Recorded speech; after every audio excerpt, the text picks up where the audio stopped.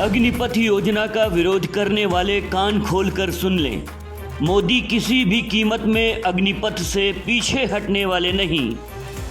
अग्निपथ की आड़ में देश को जलाने की साजिश क्यों हो रही है? क्या देश को जलाने वाले और विपक्षियों को देश की परवाह नहीं? क्या अकेले भारत में ही लागू की गई है ऐसी योजना? विदेशों में कैसी है सेना भर्ती की प्रक्रिया? ये सब समझना है तो बने रहिए इस वीडियो के अंत तक। एक ही वीडियो में हम आपको सब कुछ बताने वाले हैं।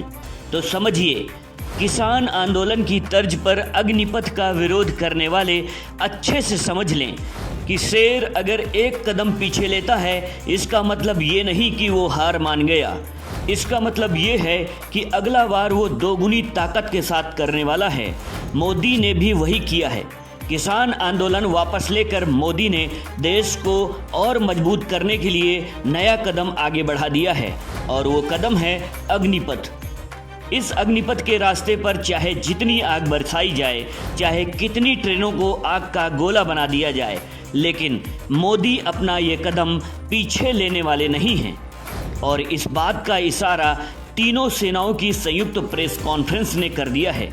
प्रेस कॉन्फ्रेंस में साफ कहा गया है कि किसी भी कीमत पर अब अग्निपथ योजना को वापस नहीं लिया जाएगा, और न ही अब आने वाली भर्तियां बिना अग्निपथ योजना के भरी जाएंगी।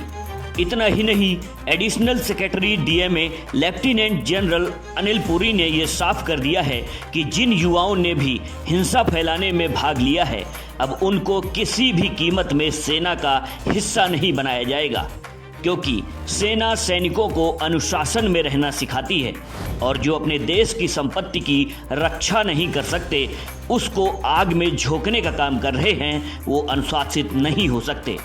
और जो अनुशासित नहीं हो सकते, उनके लिए सेना में कोई जगह नहीं है।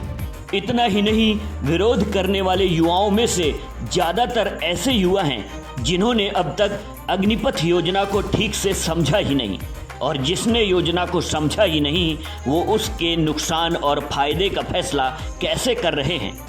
कहीं इस विरोध के पीछे कोई साजिश तो नहीं? अगर आपने भी अब तक अग्निपथ योजना को अच्छे से नहीं जाना है, तो आप आई बटन पर जाकर हमारा दूसरा वीडियो देख सकते हैं, जिसमें आपको इस योजना में सरकार युवाओं के लिए क्या प्लान बना रही है, सब पता चल जाएगा। अब आपको इसके विरोध करने के पीछे की कहानी भी समझाते हैं, और ये भी बताते हैं कि आखिर इस योजना का विरोध करने वाले कौन लोग हैं, और युवाओं को इस अग्निपथ के रास्ते में आग में झोंकने का काम कौन लोग कर रहे हैं। दरअसल हमारे देश की 80% आबादी गाँव में रहती है, और गाँवों के नौजवानों और युवाओं को नौकरी के लिए सबसे ज़्यादा आस सेना भर्ती से ही रहती है, और वो उसकी जी जान से मेहनत भी करते हैं। ऐसे में बड़ी तादाद में युवा कोचिंग सेंटर्स चलाने वालों के संपर्क में आते हैं, जो उनको सेना में भर्ती करवाने की 100% गारंटी देते हैं।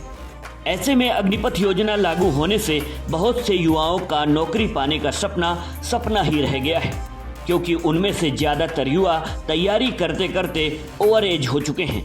जो ओवर एज हो चुके हैं, अब उनके पास दूसरा कोई विकल्प नहीं बचा है।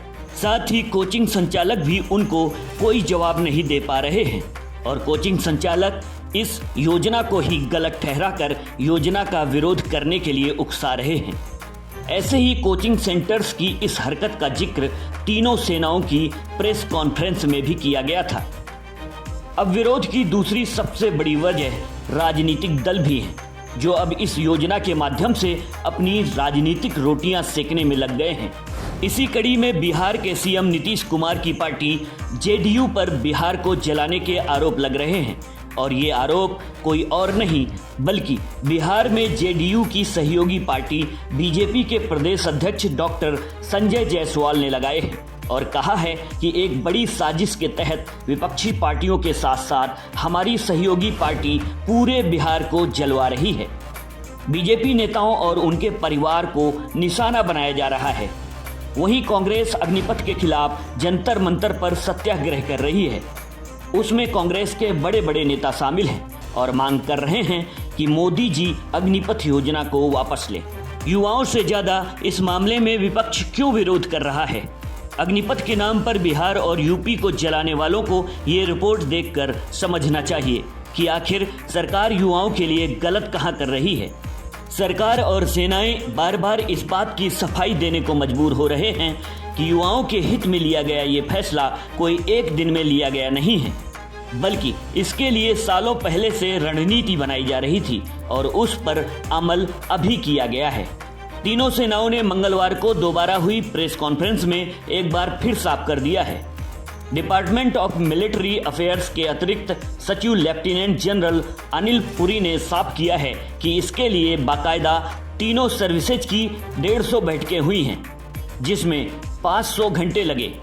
वहीं रक्षा मंत्रालय में 60 मीटिंग हुई और 150 घंटे लगे, जबकि सरकार की अपने अंदर विभिन्न मंत्रालयों के साथ 44 बैठकें हुई, जिसमें 100 घंटे लगे।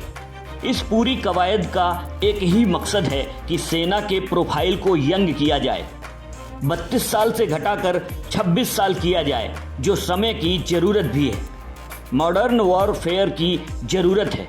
दरअसल अग्निपथ के जरिए सेना को यूथ प्रोफाइल, टेक सेवी और इंडिविजुअल को फ्यूचर रेडी बनाया जाएगा। 4 साल बाद अग्निवीरों में से 25% की स्थायी नियुक्ति को लेकर आश्वस्त किया गया है कि यह प्रोसेस बेहद पारदर्शी होगा।